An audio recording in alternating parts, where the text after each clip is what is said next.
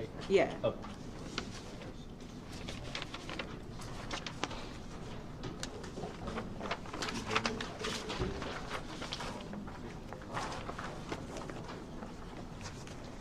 Thank you.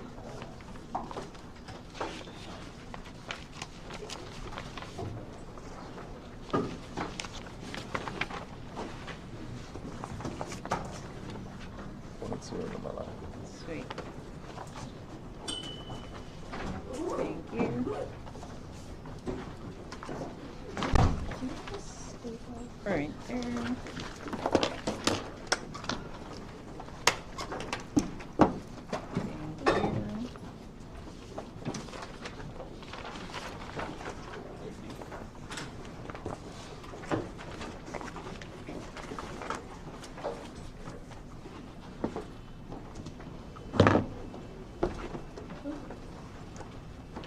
Thank you. Thank you.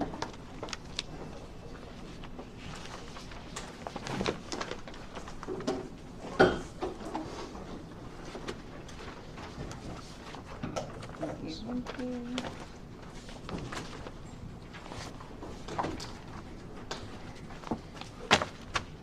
you.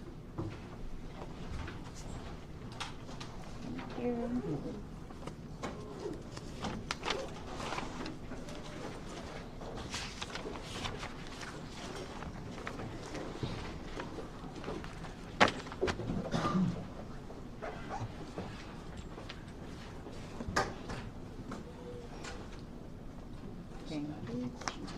Sorry? I had a couple questions on the first one. Can you have it?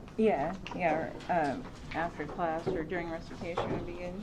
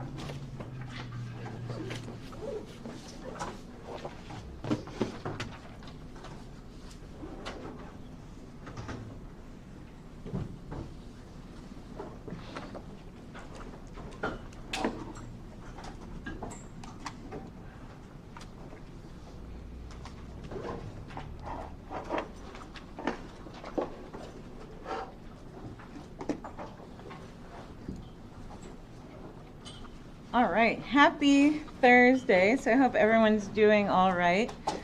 And so again, like I mentioned on Tuesday, I know there's absences already as people get sick.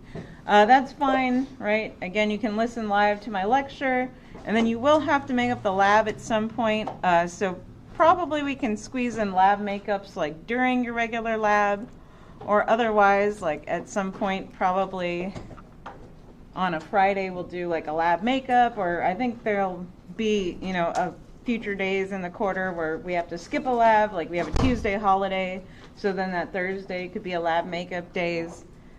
So yeah, we'll figure out a way to make up your lab, but I'll just emphasize, so you must do all labs, right? So there's no dry labbing.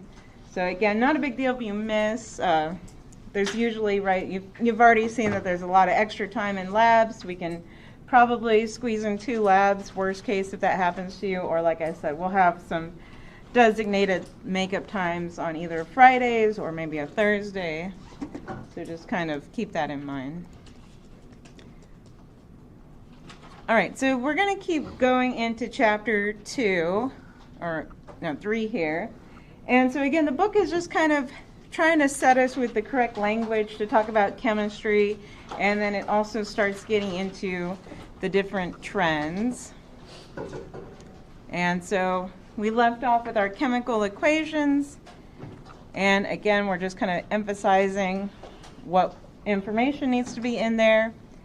And so, right, we have our formula, and right, again, right now we're doing pretty simple compounds. So, right, you have your balancing equation formula, so mainly simple ionic or binary covalent compounds. But otherwise, right, you may want to do a structure once you move on to OChem. And so, like I mentioned, important things. So G for gas, if you're adding something as a gas. L for liquid, right, if you have something in the liquid state, liquid reagent. Solid. And then aqueous means that something is dissolved in water. So I'll say solid, dissolved in water. And so we'll work with a lot of aqueous solutions in this class, right, for Gen Chem. So with a lot of our ionic compounds, simple chemicals, they're obviously water soluble. And then, like I mentioned, right, the stockroom does a great job of minimizing our hazards and preparing dilute aqueous solutions of our chemicals for us. That's all the AQ means. And so again, the balanced equation gives us our relative number of reactants and products. And right, again, you're just balancing the atoms. That tells you your ratio. So going back to this one, right, so we had left off by balancing off our atoms. But then it's telling us, okay, we have 1 equivalent of methane. It's going to react with 2 equivalents of oxygen to give us 1 equivalent of CO2 and 2 of water. And then, again, just emphasizing, so it gives us those relative amounts, and then we balance, right, our equations using our coefficients. And again, I think we understand that, but just want to make sure we clarify that. So, right, you want to write your formula properly first, get the formula correct, right, based off of whatever it's telling you, and then use your coefficients to balance your equation. And then, of course, we'll get into this like later in the course, but we have the whole study of stoichiometry so that we can determine, right, our mass, so converting our moles to grams. So again, we'll get into that. Or again, we can kind of discuss mass balancing. So of course, mass balancing would be another way to determine that. And so again, blah, blah, blah. So practicing how to balance. So we saw that. And again, it's just kind of presenting it more explicitly with these atoms, molecules. And so let's just do a little warm up. So again, we all know we're on the same page here. So try to balance this. So we have this cobalt-3 oxide plus carbon gives us cobalt and CO2 there.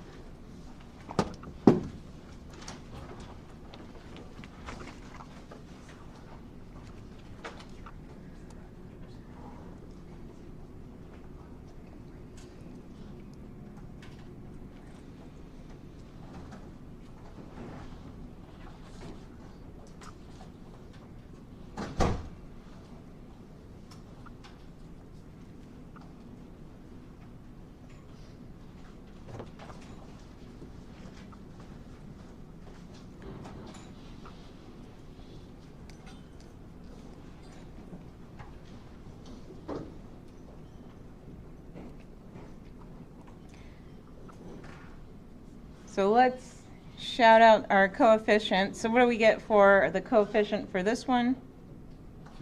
2. And then that makes this one 3. And this one? 4. Yeah, 4. And then this last one?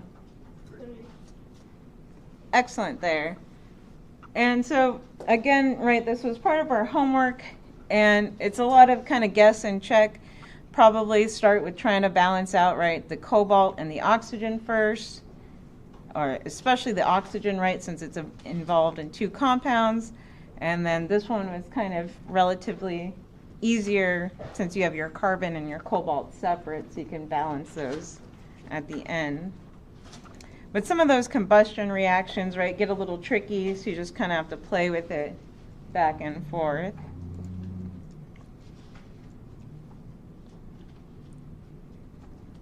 Right.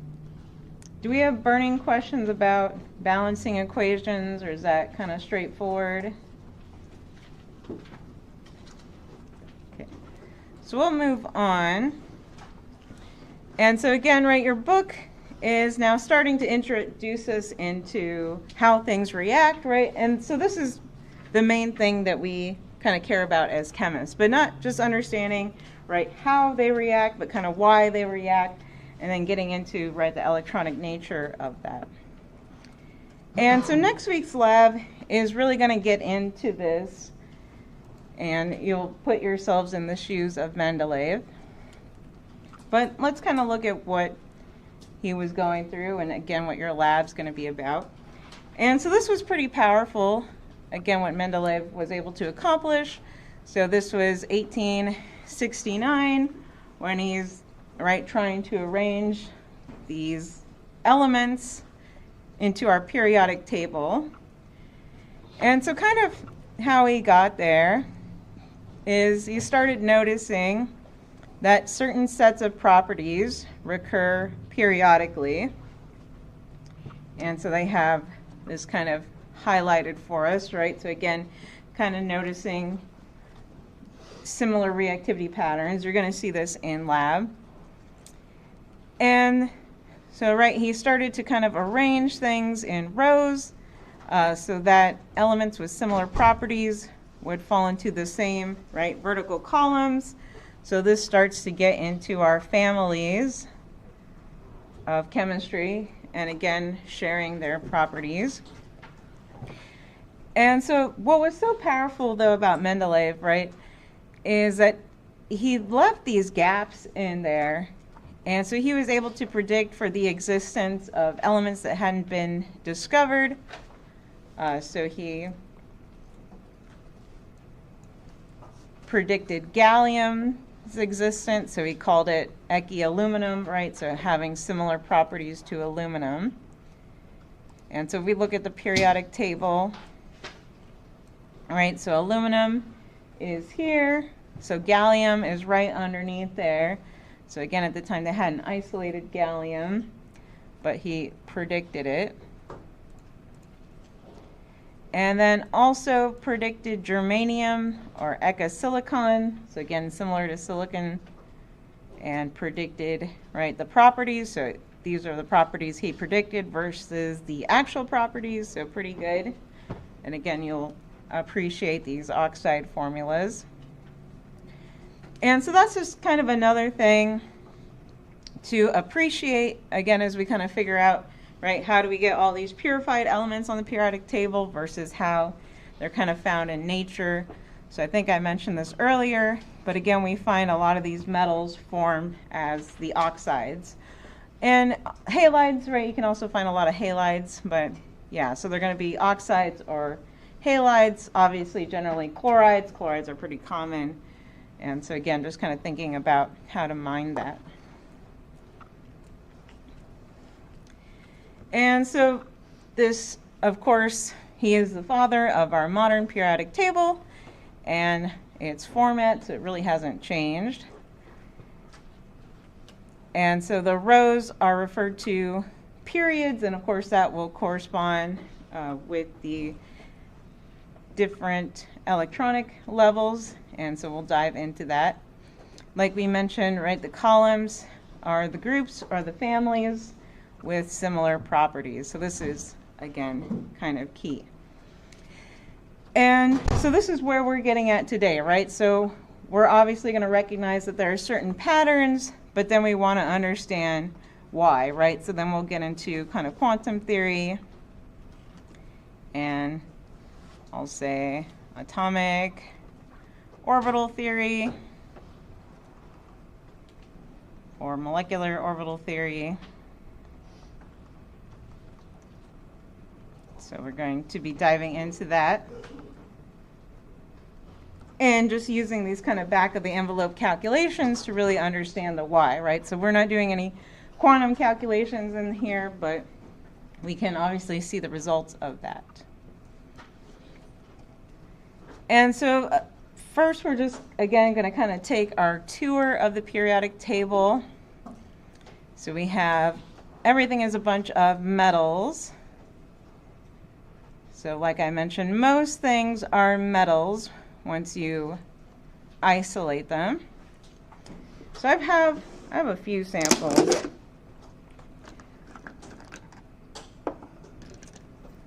Let's see. Blah, blah, blah. So let's just start at the top here. So we have, right, our alkali metals. And so again, they are at this first column over here. And so you may want to make notes or not. And so, right, alkali metals, of course, this is where we kind of have our first exception, right? So of course, what makes hydrogen different from the alkali metals? What's wrong with it? So it's a nonmetal, right? So it's a gas. It was kind of stuck over here, right, since it exhibits somewhat similar reactivity. And then we'll get into this, but we have a 1 here, right? So that 1, we can, again, relate it back to the oxidation state, so saying that they like to give up 1 electron, and maybe you want to note that, so lose 1 electron. But then we're going to start to get into, like I mentioned, the electronic structure. And so let's just take a step back for a second. And how do I want to present this? And so most people are familiar with kind of our basic Bohr theory of an atom. And you probably have seen this presented in high school. So have you seen this, like, n equals 1, and it has 2 electrons, right? N equals 2, and 8 electrons. N equals 3, 18. And then N equals 4, 32. Does that sound familiar to y'all or somewhat? And so this just starts off with kind of like our oversimplified kind of Bohr theory of electrons, right? And so this really oversimplifies your energy levels, and so it just kind of breaks them down into this 1, 2, 3, 4. In this class, we want to take it slightly deeper, right? So now I'm going to tell you how to translate this to our deeper understanding.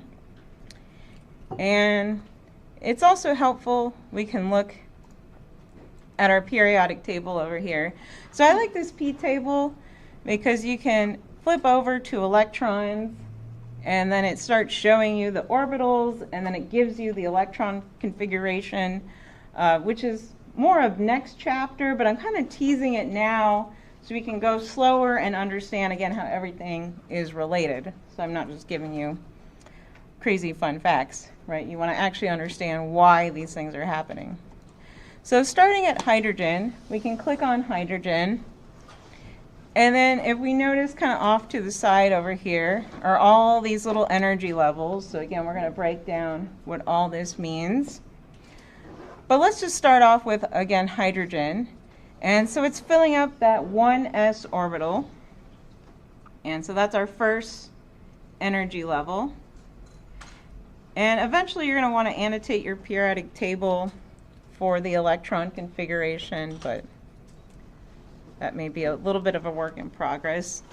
So I'll probably label this as 1s. So again, we can see that we're starting with the 1s. And again, all that means, so now I'm back over here, so hydrogen,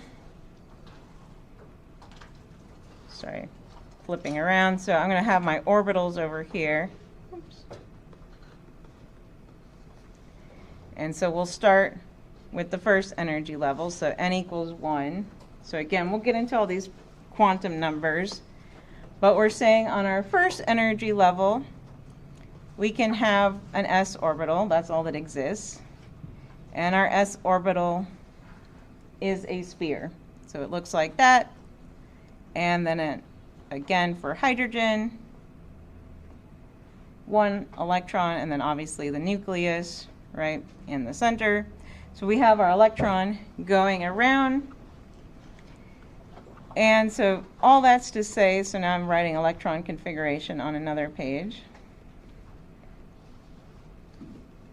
is we can write our electron configuration as 1s1. So again, showing that we're filling up our s orbital first, and it has 1 electron in there. All right.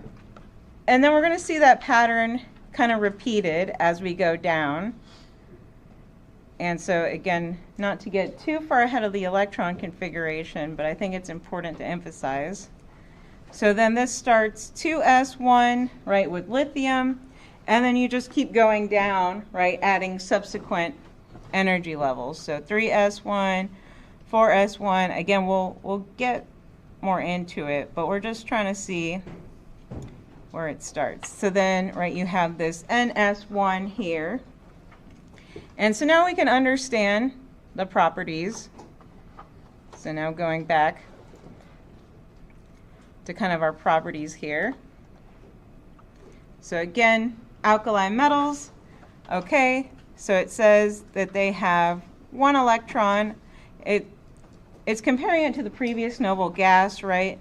And so all it's saying is, okay, our noble gases were the stable configuration.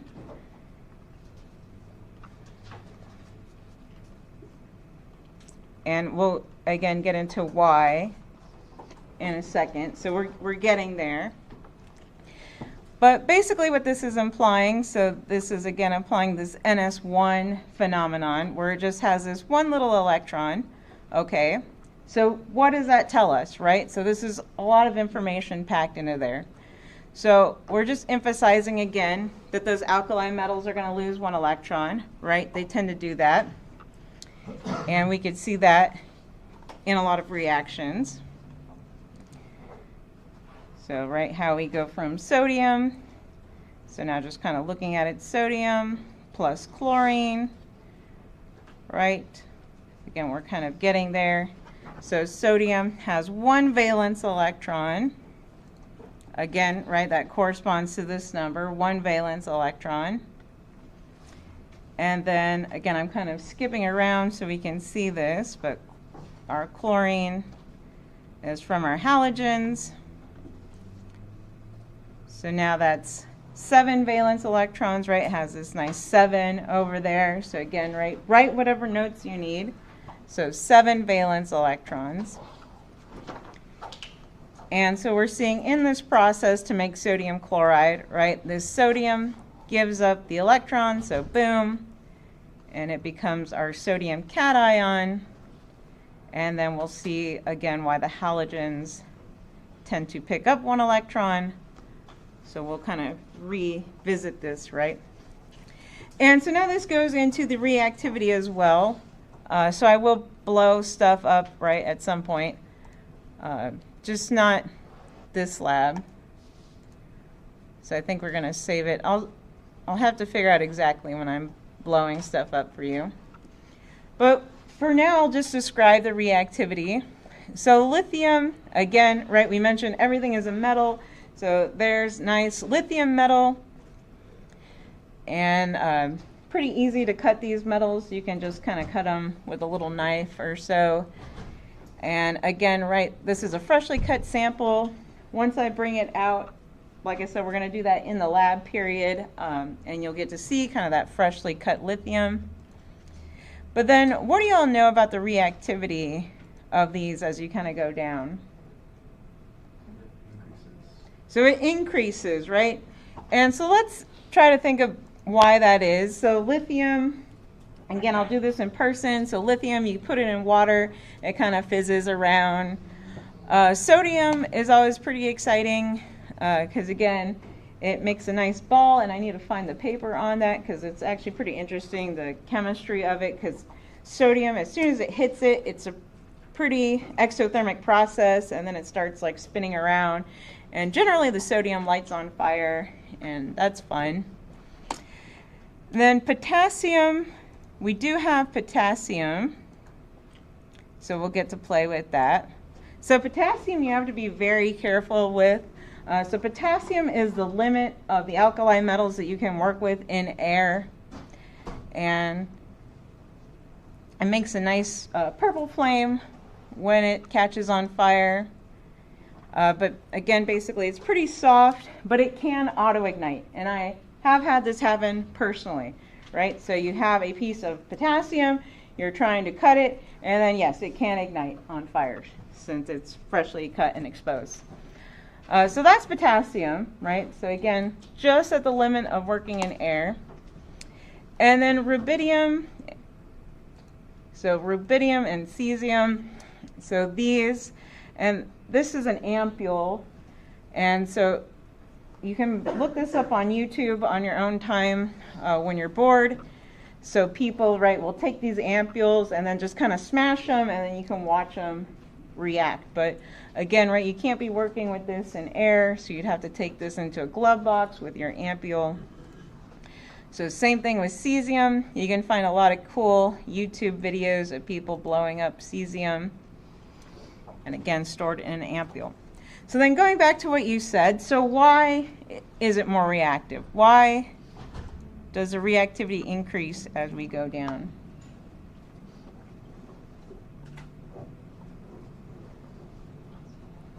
That is correct. And I'll try to give a hint. So we have these. So yeah, they give up their electrons more readily. That's true, but why? Yeah. Is it because the electron's farther away from the nucleus? Exactly. So right, so now starting again, right, we just want to start piecing things together. So as we go down, we're adding more onion rings, essentially, and we can go back, whatever visualization.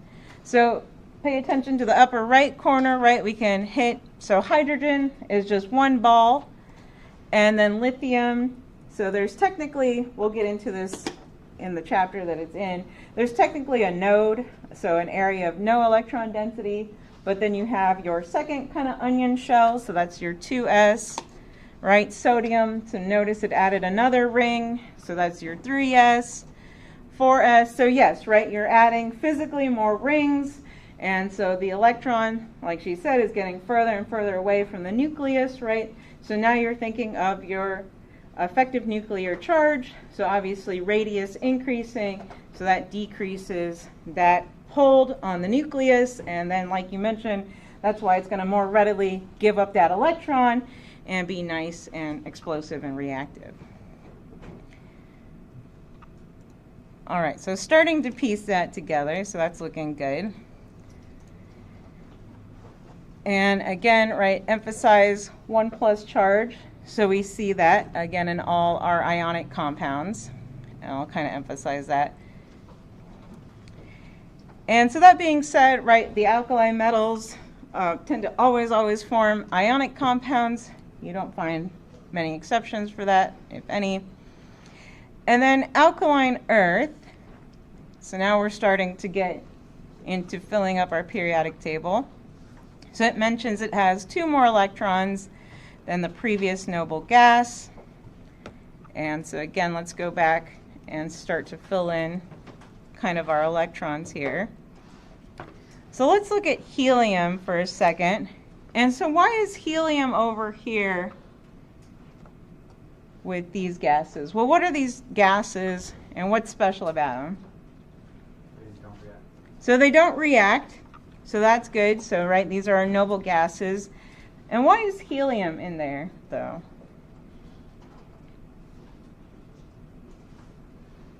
What do we know about helium?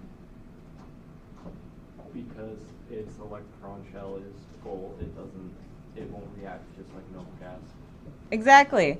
And so helium, we often say it follows this duet rule. We'll talk about the octet rule. Again, we'll really dive into what that means in a second. But yes, so now we're looking at our s orbital. So I'll fill in the electron configuration. So 1s2. But now we need to know some things, right? So he made the comment, okay, it's full. Let's understand, again, why. So our s orbital, so any given s orbital only holds 2 electrons. And so you can easily remember that if you look at your periodic table. And then I like this P table because it really emphasizes it when you're in the electron form. And so it has in pink our S block. And notice, right, it's only 2 wide. So that's, again, reminding you, you can only fit 2 in every s orbital. Okay, so perfect. So again, now we understand, okay, helium. So yes, it's 1s2 orbital, or excuse me, its electron configuration is 1s2. So that means its s orbital, right, is completely filled. So again, satisfied by the duet rule, pretty inert. And then let's take it back to our Bohr model that, again, you probably have seen, or if not, right, here it is. And so this is where the 2 electrons come from. So again, it's not really shown to you or explained well in the Bohr model, but we say, okay, our first energy level only contains 2 electrons. And so yes, once helium has those 2 electrons, that initial energy level is filled, and so it's inert and satisfied. So let's go back. So we were trying to get to our alkaline earth. So helium, then lithium. So like I mentioned, this starts our 2s. So this is 2s1. Then beryllium. And you might want to put ns2 here, right? So now this starts 2s2 for beryllium. And so we can compare it to our noble gas configuration, which it asks us to do. So even comparing to helium, right? So this starts off at a complete, in this case, duet. Now we have, right, 2 electrons here. And so again, what does that mean for the reactivity? And so if you kind of notice what's happening, so again, now comparing it to our simple Bohr model for a second. So our second energy level can now fit a total of 8 electrons.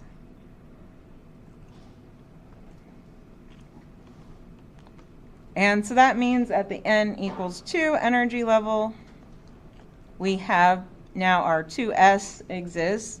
And now we can invoke p orbitals. So we're getting there. And so these not being filled up is what helps account for this reactivity in our alkaline metals. So again, going back to our alkaline earth, so we have our ns2 configuration. So right, we have 2 electrons in that s orbital in our second energy, and so it tends to lose those 2 electrons. And then the alkaline earth tend to be just a little less reactive than the alkaline metals.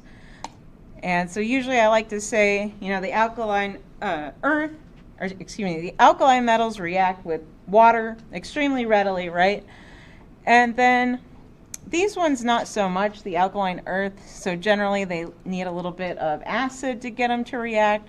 Calcium does react in water, but again, it kind of does more fizzing. So we have calcium. Like I said, I will bring this out in lab for y'all. So we'll look at all that reactivity in lab there.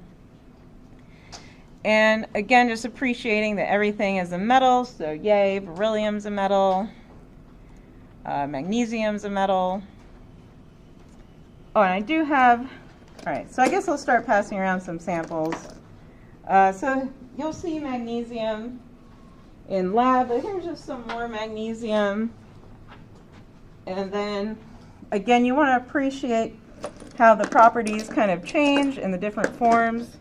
So we have, right, magnesium strips. I'm passing around magnesium filings. And then I'll pass around magnesium powder. And then, right, magnesium powder or any sort of metal powder has the hazard of being flammable, especially like magnesium. You already know magnesium will light up. But then the powder, right, with the increased surface area is even more reactive. So I'll start this magnesium powder in the back so you can at least look at it. And then obviously don't like unscrew these or anything. Although I haven't released the toxic one. And then just to put other things in context so we can kind of think about it, right? So I mentioned, well, how are these found in nature, right? So I made the statement that usually they're lithium oxides or some sort of chlorides or carbonates.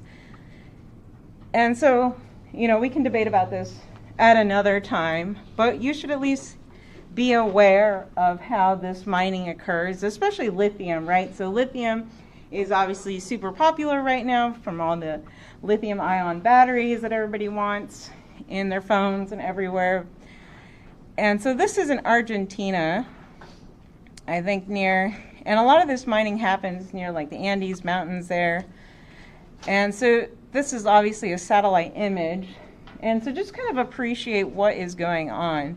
So you have these huge pools of these different lithium salts, and then there's also a lot of water involved in this process to kind of extract them, and then they sit in these huge evaporation ponds, and then, right, they concentrate down the lithium to some sort of whatever they're mining, so oxide or carbonate, and then from there, right, they can isolate your lithium powder, and then, of course, using electrolysis, so then you have to apply some current, and then you can get out the metal from that. And then there might be, you know, additional distillation processes to get out the pure metal, right, and kind of separate the alkali metals. So again, just something to think about, right? So if you're worried about the environment, I know we had a lot of environmental people in here. You know, what are the environmental impacts of that? So there's some concerns, especially because this occurs in a very arid region to begin with, so it's using all the water. So again, right, points to debate at another time. So let's keep kind of moving on for now. And so again, right, it's just emphasizing that everything is metallic, and we have our transition and intertransition metals. And so again, it kind of depends on whatever reference you're looking at, what it calls transition and intertransition metals. So you can always find a few discrepancies. The main thing to note, so especially, right, all these center transition metals, so they have variable oxidation states. And so we won't get into it today as to why they have variable oxidation states. We'll dig into it a little more third quarter once we get into D metals. But just for now, just kind of appreciate that, yes, they can do all sorts of oxidation states, including to, but not limited, what's on that periodic table. And so blah, blah, blah, metals, metals, metals. So I got some fun metals at least. So going back to mining, we'll start. So this is tin. It's not that exciting, but might as well. And then, so what is exciting, at least I think it's exciting, so I have some silver crystals. I have two forms of silver crystals, actually. So I have these really beautiful little crystals of silver, and then I have more solid pieces. And so they were isolated differently. So the nice crystals were grown from a concentrated solution, and then they drop out eventually, and then these were mined. And again, you can appreciate that. So I'll put, oh! I'm going to drop this over. And so that's silver over here. So let's just kind of look around. So again, just kind of taking a tour of the periodic table and looking. So again, everything is a metal. So just kind of look at that. Scandium, yay. Let's look at vanadium, right? Again, all these things are metals. Cobalt is pretty, but again, all metals. And so this group 11 over here, this is affectionately called the coinage group, obviously. So you have copper, silver, and gold. And so generally, right, these are considered coinage metals and are pretty popular since you can find them right in their metal state in the ground. And then currently, so right, how I kind of acquired my samples was from a former student who kind of does modern day mining and works to, and by modern day I mean like taking stuff from thrift stores and then like melting it back down and isolating out gold and silver. And then part of that process too, so sometimes the purification steps of like gold, for example, involve dissolving it in mercury. So I do have mercury here. I'll probably pass it around, but just keep it upright. So mercury obviously has like a pretty bad reputation, and right, obviously don't take this out of the jar. So don't take it out of its second secondary container, right? So this is now I'm just giving you an insight into my mind. So obviously I didn't just carry this around because it's cottage cheese. This is my secondary container, right? We don't want to carry around chemicals just willy-nilly. So that's why I have this as my secondary container. And then obviously mercury tends to start a panic. So by the way, this mercury was never here.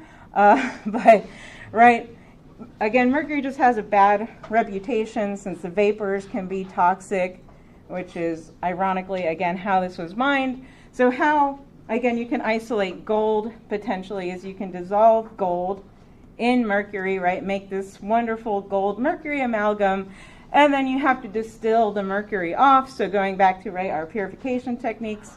So mercury, again, is unique that it's a liquid metal, and so you can distill it, which I don't recommend distilling mercury because that's where you invoke a bunch of hazards with, again, the vapors.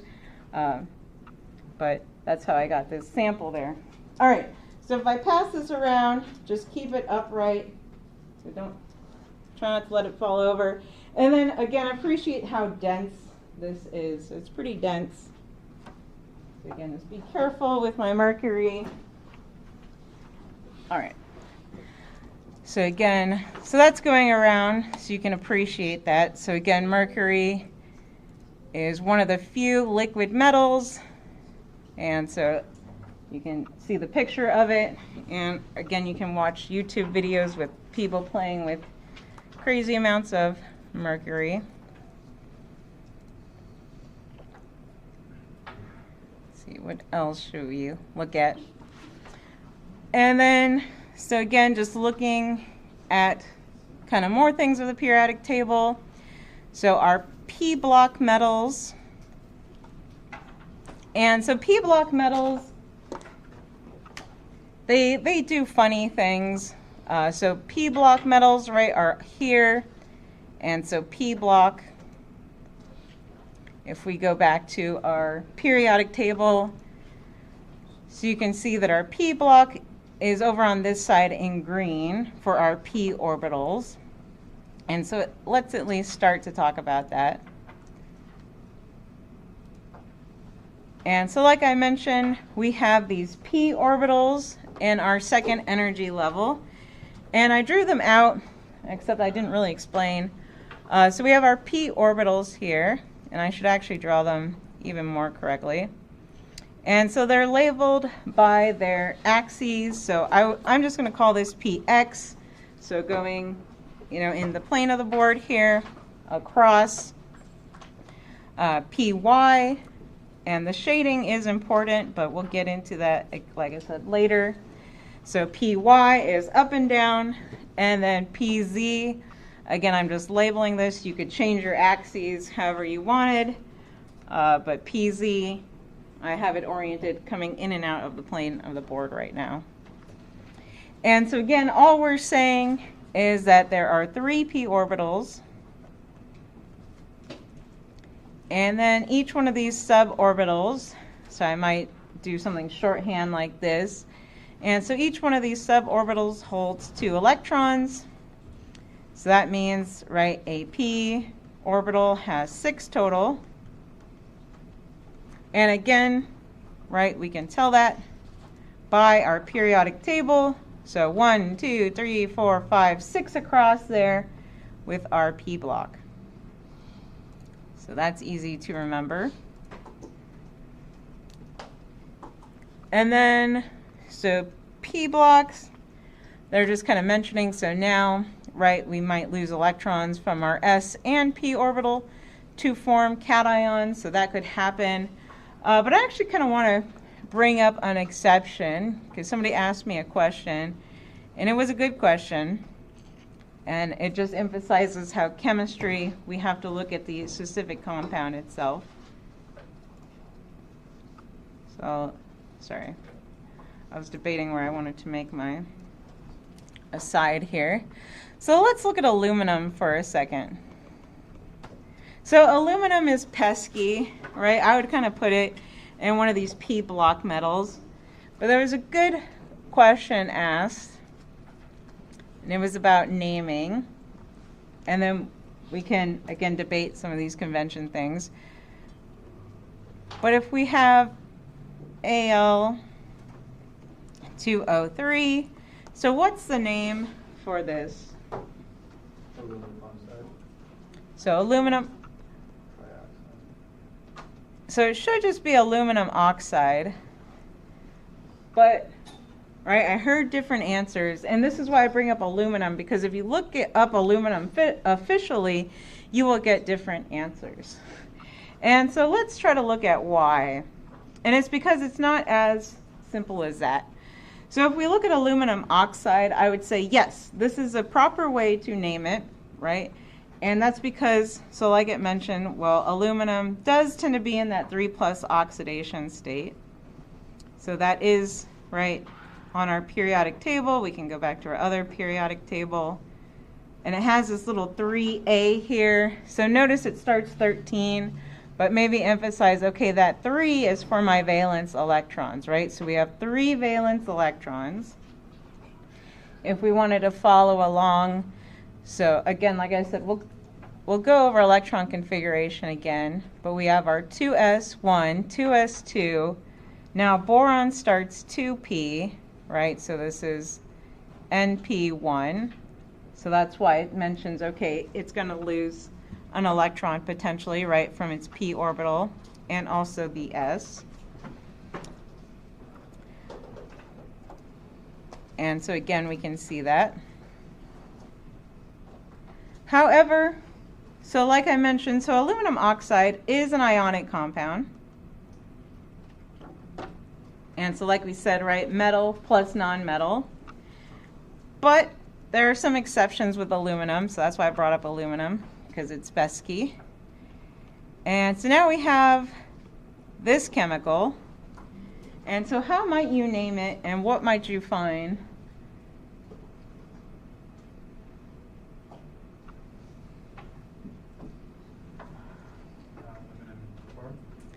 So it could be aluminum chloride, yes. But then, right, the implication, and this is why I'm saying there's no straight answer. So it implies ionic. But then some people, and maybe you've looked it up, for some people call this aluminum trichloride. And so that would imply covalent.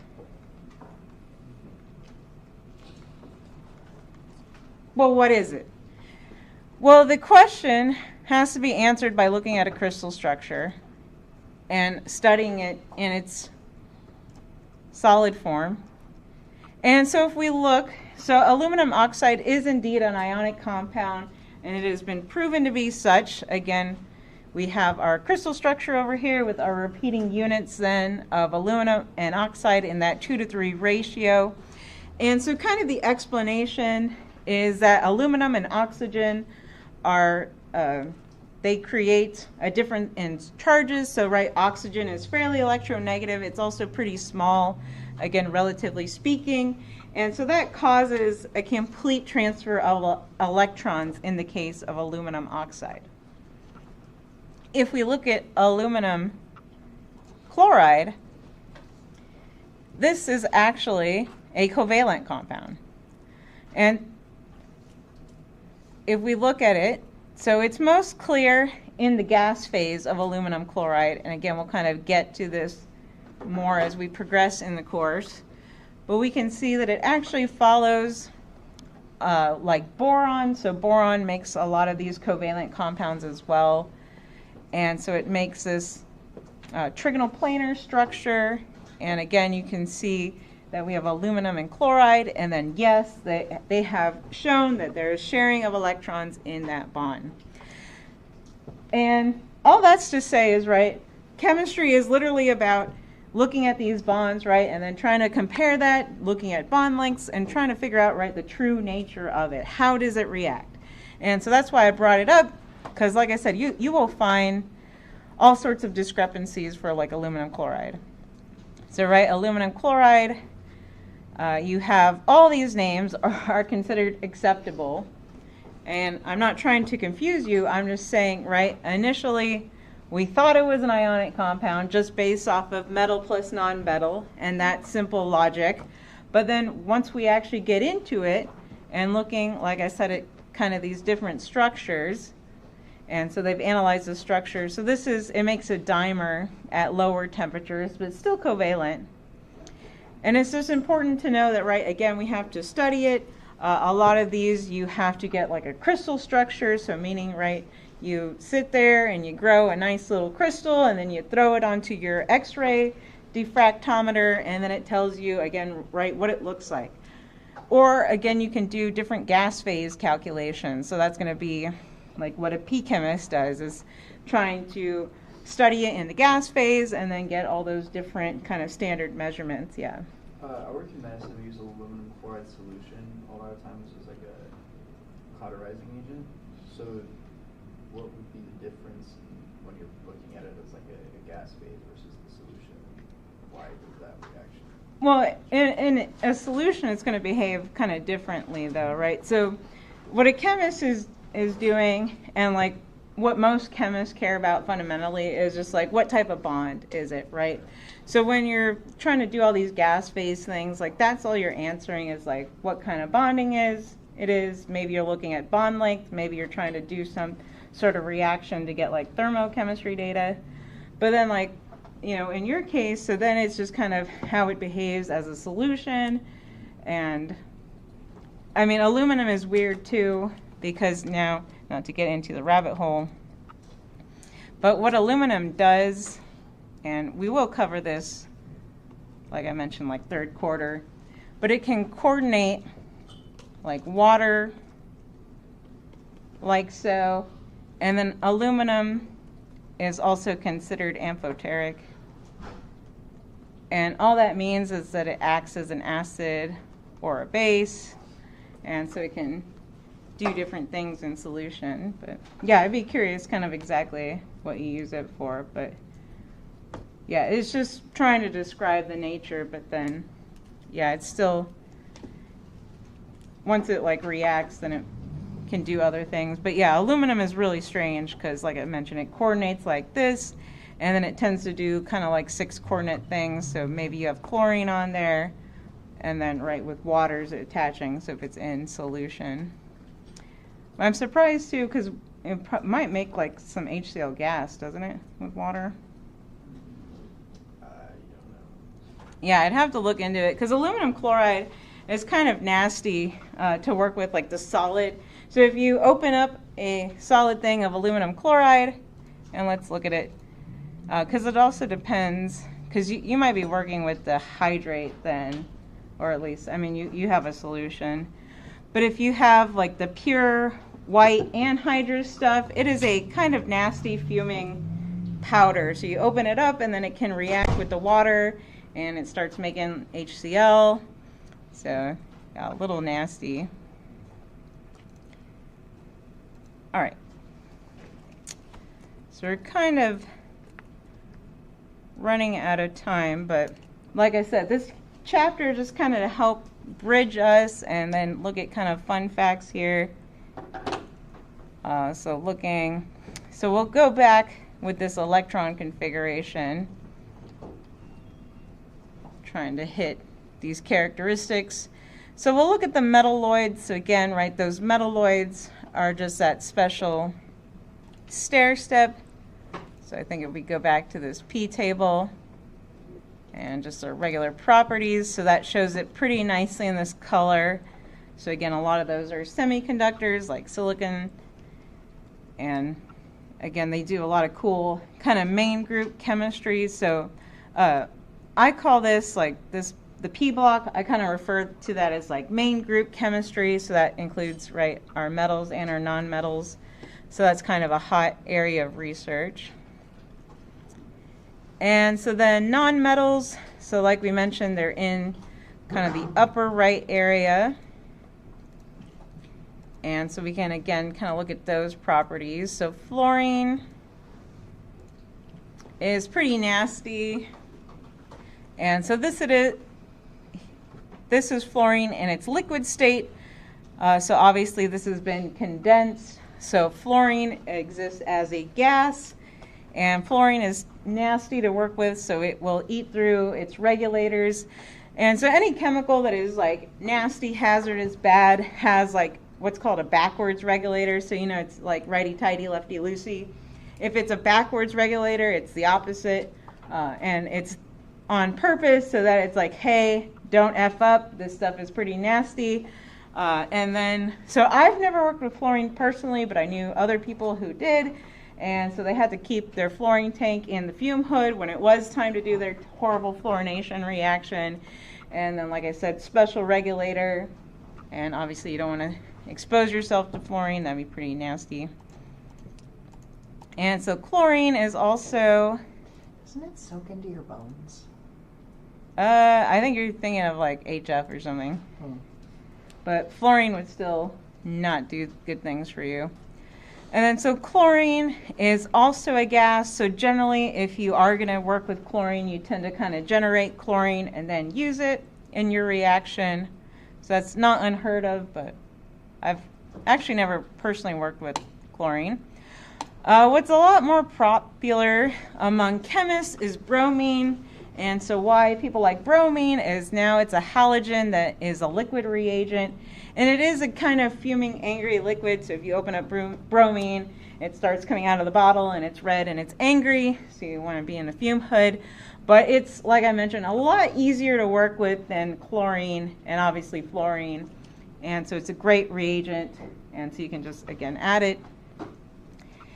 And then that brings us to iodine, which I think might be one of my favorite compounds. And so iodine is now a solid halogen, so nice and pretty, and again, a great group. So iodine is now unfortunately a regulated substance because guess what? You can make meth with it, which is like, I don't know. No. I'm trying not to use French, but it's like, obviously this can make meth. Makes a great leaving group, but again, what doesn't make meth? But now it's a regulated substance, so that's what it is. But we do have some of this in labs, so eventually you'll get to look at this yourself. And what's also really cool about iodine is it undergoes sublimation, so it goes from a solid state to a gas phase. And so what happens with like a iodine bottle of crystals is that the crystals start recrystallizing underneath on the cap. So that's kind of fun. Or at least I like iodine. And so I'm going to probably run a little over before I give you a break, just so I can touch up on everything. And so again, let's at least write down, so again, our halogens. And so we can appreciate our electron configuration, right? So we were at NP1, so now this is NP2, NP3, NP4, NP5 here, right? So now we can appreciate that we're one away from filling up that octet, right? So now, again, kind of introducing terms that are coming, but this is where the octet rule comes from filling up, right, our entire p orbital now. So again, looking at our second energy level. And so neon, again, obviously is satisfied. So it has a complete electron configuration, which again, we'll go into a little bit more detail. But fluorine, right, one away from being happy, from being satisfied. So obviously pretty reactive. And then maybe you want to put a -1 there so you remember that it likes to accept 1 electron, right? And then it just needs 1 electron. And so that 1 electron would then go into the p orbital. And now it would have the electron configuration of neon, making it isoelectronic to neon. So that was one term that I forgot to mention. And it did come up on your homework of isoelectronic. And so again, isoelectronic just means same number of electrons.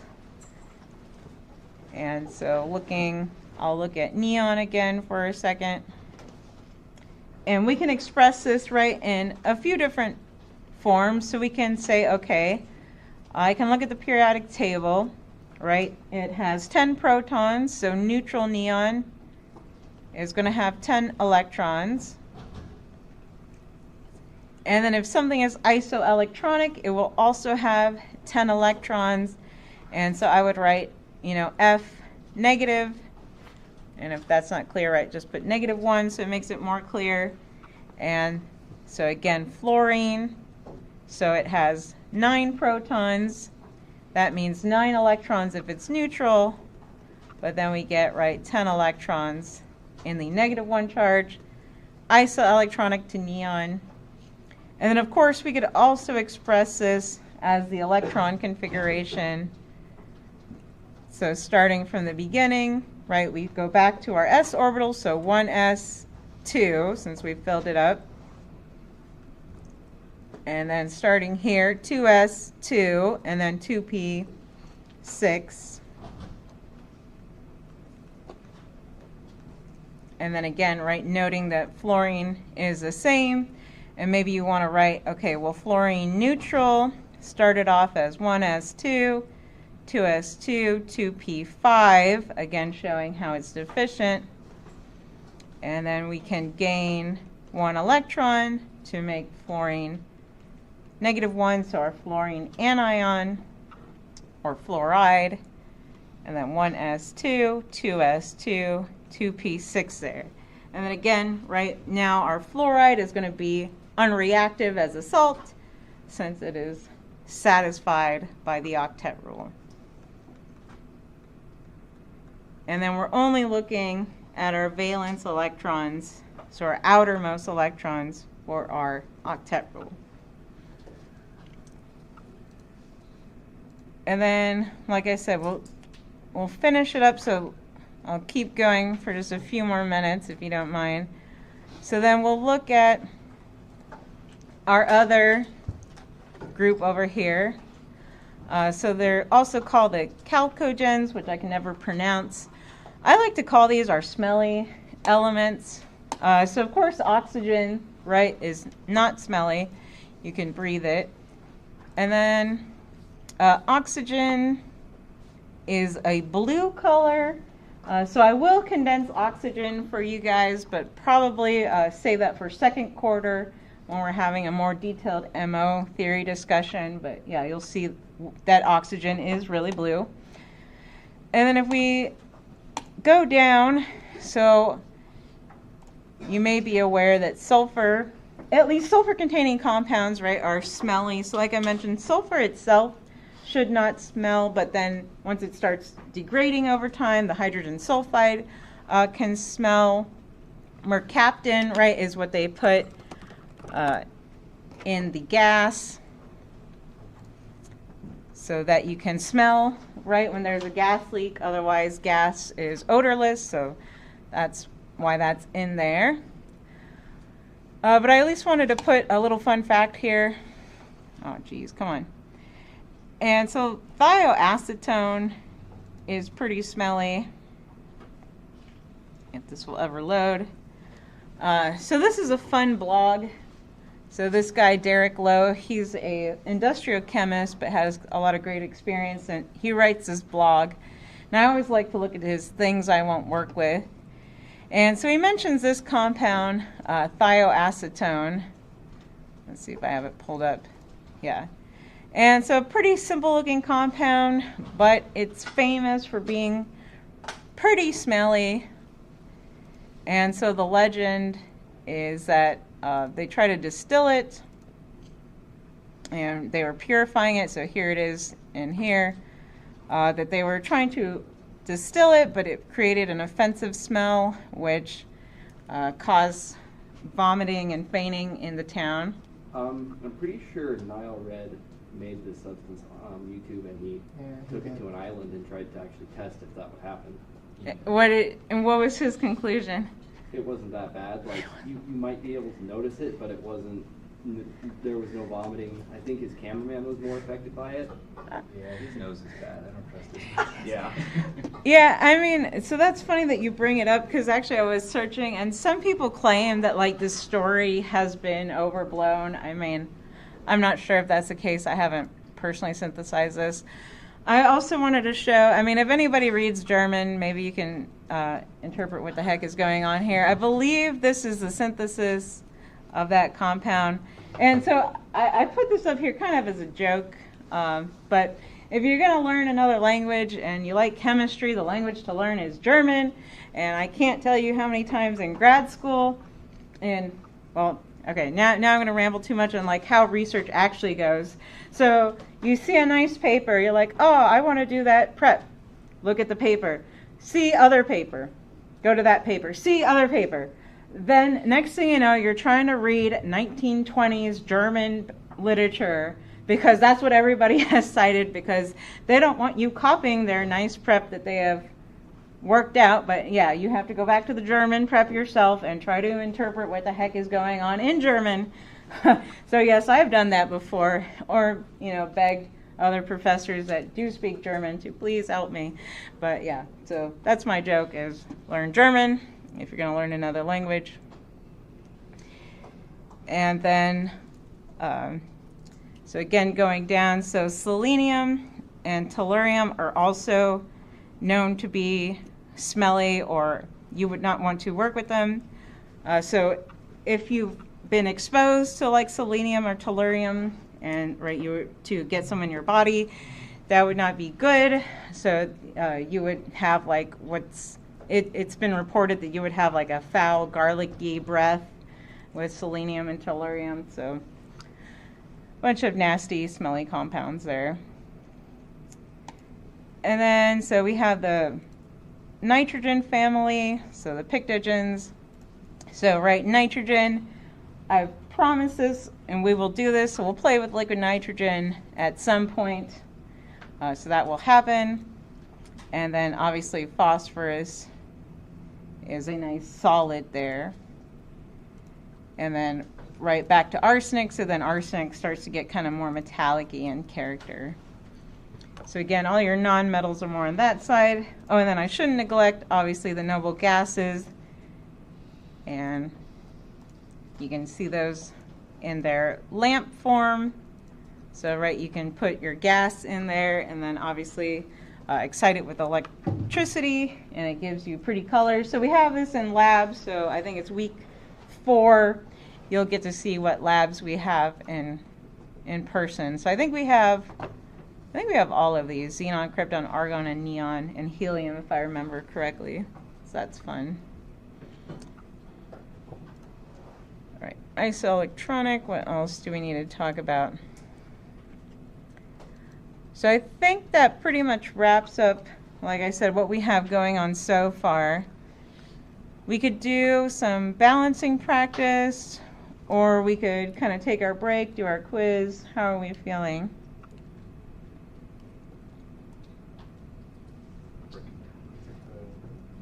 Okay, sounds like people are ready for a quiz break. So what we'll do, so yeah, we'll end lecture officially, and then if the samples could kind of make their way back.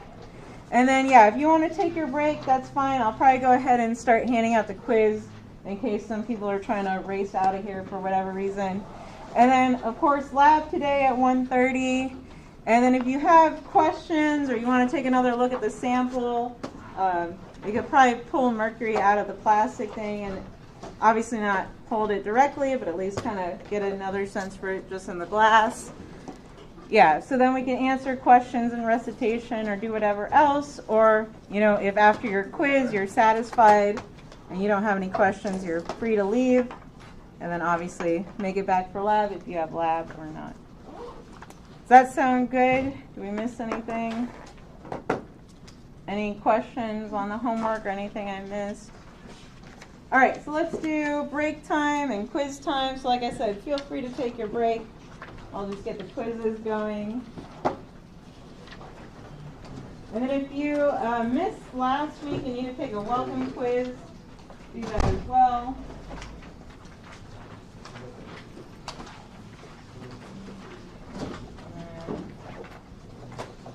Send it down the row.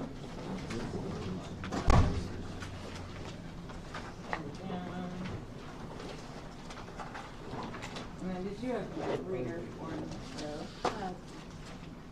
So 3.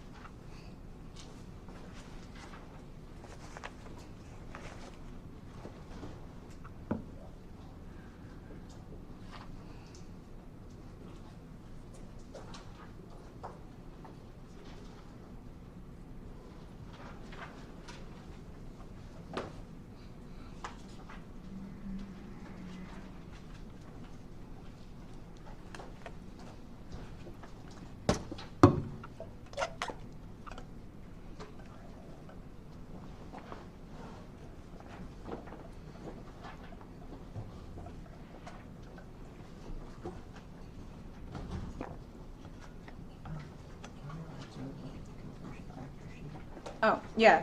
So I forgot to mention you can use notes on this. You can use your conversion factor sheet. Sorry, my bad.